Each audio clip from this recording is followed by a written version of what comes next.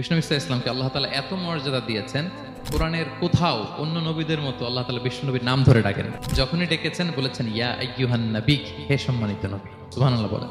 4 জায়গায় বিষ্ণু ইসলামের নাম এসেছে কোরআনে মুহাম্মদ নামে, আর এক জায়গায় আহমদ। এই 4 জায়গায় মুহাম্মদ যে উল্লেখিত হয়েছে, একটি জায়গায়ও নাম ধরে ডাকেন নাই, বরং ওনার রিসালাত, ওনার নবুয়তের বর্ণনা। সুবহানাল্লাহ পড়েন। তাহলে দেখেন বিষ্ণু ইসলামকে আল্লাহ তাআলা এত সমীহ করেছেন, এত সম্মান দিয়েছেন, এত মর্যাদা দিয়েছেন, যখনই ডেকেছেন ইয়া আইয়ুহান নবী, ইয়া আইয়ুহার রাসূল, হে সম্মানিত রাসূল, হে সম্মানিত নবী।